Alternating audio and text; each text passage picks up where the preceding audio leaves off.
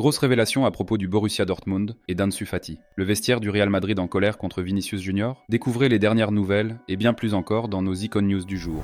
Southampton FC est relégué de la Première Ligue, les amis. Et la descente en deuxième division est absolument historique. C'est la relégation la plus précoce de l'histoire de la Première Ligue. Après une défaite contre Tottenham Hotspur, la triste nouvelle pour les Saints a été confirmée 7 journées avant la fin. Avec seulement 10 points, Southampton est dernier du classement. La place salvatrice, la 17e position actuellement occupée par les Wolverhampton Wanderers, est à 22 points d'écart. Avec 7 matchs restants, c'est impossible à rattraper. En décembre, les Saints avaient licencié leur entraîneur de la montée Russell Martin et l'avaient remplacé par Ivan Juric, qui avait auparavant été plutôt malchanceux sur le banc de l'AS Roma. Même le Croate n'a pas pu empêcher l'amère relégation. La Bundesliga peut apparemment se réjouir d'un nouveau talent. Selon Football International, Ezequiel Banzuzi est sur le point de quitter OH Louvain pour l'Allemagne. Selon le portail néerlandais, l'indemnité de transfert s'élèvera à 15 millions d'euros. La visite médicale devrait avoir lieu la semaine prochaine. Récemment, le Borussia Dortmund et le VfB Stuttgart étaient mentionnés, mais c'est RB Leipzig qui semble maintenant obtenir la signature de Banzuzi. Alors qu'aux Pays-Bas on écrit déjà sur le transfert imminent, Sky n'est pas encore prêt à s'avancer autant. Selon la chaîne payante, les Red Bulls sont en pole position. Avec ses 1,91 millions, Banzuzi est un milieu de terrain physiquement fort qui peut occuper n'importe quelle position au centre. Dans la Ligue belge, il s'est fait un nom surtout en tant que box-to-box. À partir de la saison prochaine, il fera probablement fureur en Bundesliga. Les experts sont largement d'accord. Fabian Riess est en fait trop bon pour la deuxième division. Mais cela ne se traduit pas automatiquement par un transfert en Bundesliga, comme l'a montré l'été dernier. Un an plus tard, les cartes sont redistribuées. Hoffenheim a maintenant manifesté son intérêt pour Riess. Des recruteurs du club de Bundesliga sont récemment venus à Berlin pour observer le joueur clé de Hertha BSC. Grâce à une clause libératoire, Riess est disponible cet été pour une somme à 8 chiffres. Cependant, il n'est pas certain qu'un club prenne un tel risque financier pour ce droitier rapide et au tir puissant. Si c'était le cas, Hertha serait impuissant. Ces derniers mois, Mainz 5, le SC Freiburg, le Borussia Dortmund et le VfB Stuttgart avaient également manifesté leur intérêt. Il n'y a pas encore de tendance. J'ai un contrat jusqu'en 2028, je me sens très bien dans la ville et j'ai mon entraîneur préféré à mes côtés. Mais nous ne pouvons pas prédire l'avenir, a déclaré Riess lui-même ce week-end. Si cela suffira pour qu'il reste, on ne le saura probablement que dans quelques mois. Mais vous le savez les amis, vous l'apprendrez d'abord chez nous. Cet été, Thomas Müller aura porté le maillot du Bayern Munich pendant un quart de siècle. La mini-prolongation de contrat pour les semaines de la Coupe du Monde des clubs en juillet était encore un petit geste. Cependant, cela ne masque pas l'agacement du champion du monde 2014 face à la mauvaise communication externe, dont Max Eberl doit surtout porter la responsabilité. Le directeur sportif de Munich a pris position sur cette décision complexe contre l'emblème de longue date lors du Doppelpass d'hier sur Sport 1. Cela n'avait rien à voir avec l'aspect financier, a affirmé Eberl. C'était plutôt une décision sportive qui a été coordonnée avec tous les comités du Bayern, y compris Karl-Heinz Rummenigge et Uli Hoeneß. Concernant les malentendus sur la façon dont le Bayern a communiqué sa décision, Eberl a dit « Nous nous sommes réunis avec son agent en novembre et avons dit que tout était ouvert. Ensuite, l'agent a immédiatement dit « Retrouvons-nous en mars ou avril. J'ai fait cette déclaration en janvier. Ce n'était pas intelligent de ma part. » Pour rappel, à l'époque, Eberl avait déclaré que Müller pouvait continuer s'il le voulait. Au cours des derniers mois, le Bayern est parvenu à une conclusion différente. Nous avons alors vu comment le temps de jeu de Thomas a rapidement diminué depuis janvier. Par conséquent, la direction sportive a reconsidéré la question. À un moment donné, nous avons pris une décision et l'avons coordonnée avec le conseil, a déclaré Eberl. La question de savoir quelle voie Müller va maintenant suivre reste ouverte. Une fin de carrière est pratiquement inconcevable. Dernièrement, la MLS était régulièrement évoquée. Le Bayern aimerait placer Müller dans le club partenaire LAFC. Mais qui sait, peut-être que Müller rejoindra un club de Bundesliga. Pouvez-vous imaginer cela? Müller contre le Bayern dans une autre équipe allemande? Écrivez-moi ça dans les commentaires ci-dessous.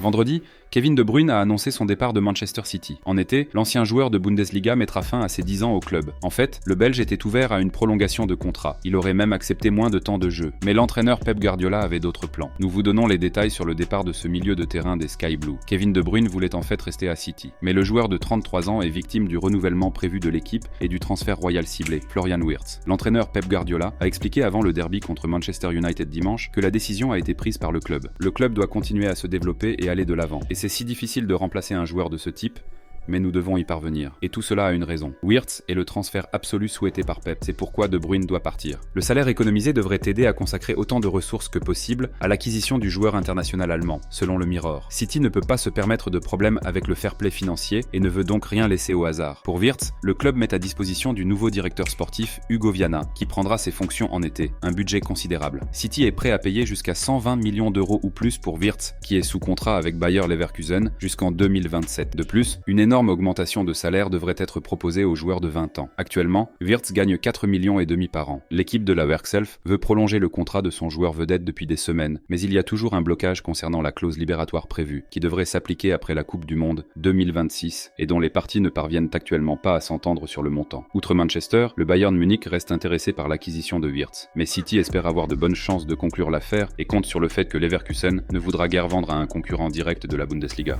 Il ne fait aucun doute que Vinicius Junior est un joueur exceptionnel au Real Madrid. Sur le terrain, le Brésilien brille comme peu d'autres, mais Vinicius polarise à tous les niveaux avec son style provocateur et légèrement enjoué. Et maintenant, il semble que ça boude aussi en interne. Autour du match retour de la Ligue des Champions contre l'Atlético Madrid, Vinicius s'est permis beaucoup de choses. Vous vous souvenez sûrement d'une scène particulièrement mémorable. Vini a perdu un ballon que Jude Bellingham avait précédemment gagné. Ensuite, il y a eu une dispute directe sur le terrain entre les deux. Vinicius s'est même plaint de son coéquipier auprès de l'entraîneur Carlo Ancelotti, et c'est précisément ce comportement qui a laissé des traces. Selon les médias espagnols, Vinicius a perdu énormément en estime au sein de l'équipe. L'équipe a perçu son attitude comme arrogante et obstinée. Et comment Vini voit-il lui-même la situation? Pas de signe de prise de conscience. Le Brésilien se considère sportivement comme le joueur le plus important. Il aurait pratiquement remporté la Ligue des Champions pour le Real à lui seul la saison dernière. Une vision des choses assez particulière, si vous me demandez. Malgré tout, Ancelotti continue de soutenir Vini. Le stress en fin de saison doit être évité après la défaite 1-2 contre Valence ce week-end. Le Real veut encore rattraper le Barça, qui s'est échappé à 4 points dans la course au titre. Mais compte tenu des discussions contractuelles à venir entre le Real et Vini, le sujet apporte son lot de tensions. Le Real est face à un défi. Génie sportif d'un côté, personnalité difficile de l'autre, et pour une prolongation, les Méringués devraient aussi faire un effort financier extrême. L'Arabie Saoudite est à l'affût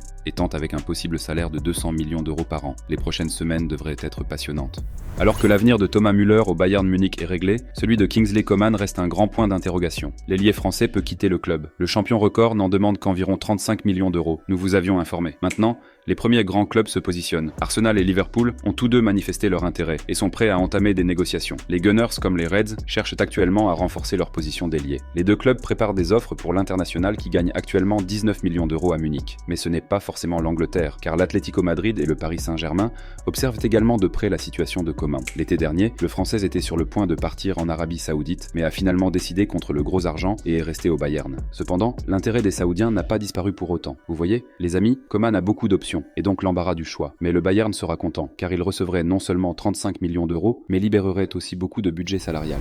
En hiver, Ansu Fati a refusé de quitter le FC Barcelone. Il avait délibérément choisi de rester dans son club de jeunesse dans l'espoir d'avoir plus de temps de jeu. En vain, peu de matchs, peu de confiance de l'entraîneur. Cela a maintenant visiblement laissé des traces. Le numéro 10 du Barça a reconsidéré sa position. Un transfert en été n'est pas exclu, bien au contraire. Les premiers intéressés se sont déjà manifestés. Déjà en hiver, outre l'Ajax, Porto et Besiktas, Borussia Dortmund s'étaient également renseignés à son sujet. Ole Gunnar Solskjaer de Besiktas aurait été particulièrement persistant à le convaincre de venir à Istanbul. L'ancien super talent a refusé à l'époque. Ni le Borussia Dortmund, ni les autres clubs n'ont réussi à convaincre Fati de changer. Si Dortmund essaiera à nouveau après la saison en cours n'est pas clair, surtout maintenant que Fati a vécu pratiquement 6 mois de plus sans temps de jeu. Les responsables des Noirs et Jaunes gardent toutefois le dribbleur de Barcelone à l'œil et observent attentivement la situation. Ce ne serait pas la première fois que des talents prometteurs retrouvent leur force d'antan à Dortmund. Voilà mes chers amis, vous savez comment ça marche. Comme toujours après le dernier sujet, passons à la question du jour. Que pensez-vous de la démarche de Manchester City? Sacrifier une légende du club comme De Bruyne valait-il vraiment un possible transfert de Wirtz? Et pensez-vous que City obtiendra finalement le feu vert pour Wirtz? Écrivez-moi votre opinion à ce sujet, comme toujours, dans les commentaires sous cette vidéo.